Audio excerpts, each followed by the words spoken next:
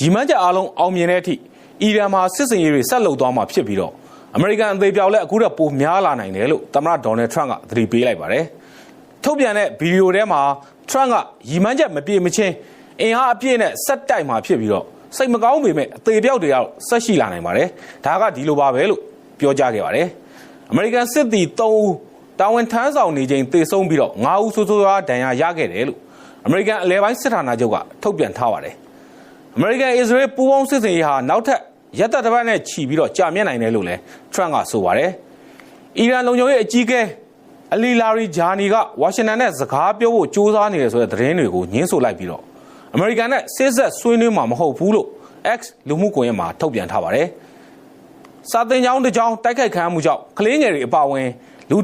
153ဦးထက်မနည်းသေဆုံးခဲ့တယ်လို့အီရန်ကထုတ်ပြန်ထားတာနဲ့ပတ်သက်ပြီးတော့အစ္စရေးရောအမေရိကန်ဘက်ကပါဘယ်သူလက်ချက်လဲဆိုတာအတိမပြုသေးပါဘူး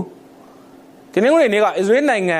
ဘိုင်ရှမတ်မြို့ကိုအီရန်ဒုံးကျည်ထိမှန်ခဲ့တာကြောင့်လူ9ဦးသေဆုံးခဲ့ပါတယ်။အီရန်ရဲ့တိုက်ခိုက်မှုတွေလို့ယူဆရတဲ့ဖြစ်စဉ်တွေဒေသတွင်းမှာဆက်လက်ဖြစ်ပွားနေပါတယ်။ကူဝိတ်နိုင်ငံမှာအမေရိကန်တိုက်လေယာဉ်တွေပြတ်ကျခဲ့တယ်လို့ကူဝိတ်စစ်တပ်ကပြောပါတယ်။လေယာဉ်မှုတွေအသက်ရှင်လွတ်မြောက်ပြီးတော့ပြတ်ကျတဲ့အကြောင်းရင်းကိုတော့ဆက်လက်စုံစမ်းနေသေးလို့သိရပါတယ်။ Cyprus ကျွန်းကဗြိတိန် IF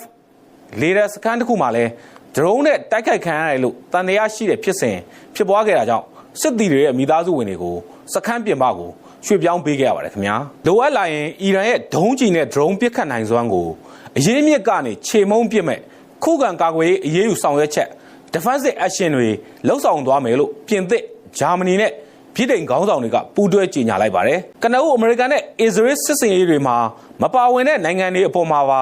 အီရန်ကအစင်ကျင်မဲ့ဒုံးကျည်တွေနဲ့တိုက်ခိုက်နေတဲ့ပေါ်စိုးရိမ်မိတယ်လို့လည်းကြေညာချက်မှာဖော်ပြပါတယ်။အီရန်ရဲ့အစင်ကျင်မဲ့တိုက်ခိုက်မှုတွေဟာမဟာမိတ်တွေကိုပြစ်မှတ်ထားနေပြီးတော့ကျွန်တော်တို့ရဲ့စစ်မှုထမ်းတွေနဲ့အရက်သားတွေကိုပါချင်းချောက်နေတယ်လို့ကြေညာချက်မှာဖော်ပြထားပါတယ်။ဒါကြောင့်မဟာမိတ်တွေရဲ့အကျိုးစီးပွားကိုကာကွယ်ဖို့အရေးယူဆောင်ရွက်သွားမှာဖြစ်ပြီးတော့ဒီကိစ္စအတွက်အမေရိကန်ပါဝင်မဟာမိတ်နိုင်ငံတွေနဲ့ပူးပေါင်းသွားမယ်လို့လည်းပါရှိပါတယ်။အီရန်ဟာအမေရိကန်စစ်စခန်းတွေကိုပြစ်မှတ်ထားပြီးတော့ပင်လယ်ကွေ့နိုင်ငံတချို့ကိုဒုံးကျည်တွေဒရုန်းတွေနဲ့တိုက်ခိုက်ခဲ့တာဖြစ်ပါတယ်။ဒီတိုက်ခိုက်မှုတွေကြောင့်အီရတ်မြောက်ပိုင်းအာဘီလ်ကနိုင်ငံတကာစစ်စခန်းနဲ့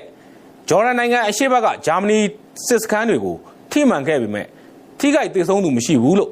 ဂျာမနီစစ်တပ်ဘက်ကအတည်ပြုပါတယ်။ Cyprus မှာရှိတဲ့ဗြိတိန်လေတပ်စခန်းကိုလည်းဒရုန်းထိမှန်ခဲ့ပါတယ်။ကူဝိတ်ကအမေရိကန်တန်ယုံအနီးမှာလည်း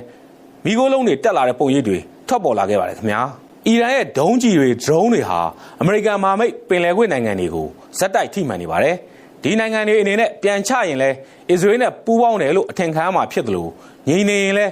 ကိုယ့်မျိုးတွေပျက်စီးတာထိုင်ကြည့်ရတယ်လို့ဖြစ်နေလို့ခက်ခဲတဲ့ရွေးချယ်မှုတွေနဲ့ရင်ဆိုင်နေရတယ်လို့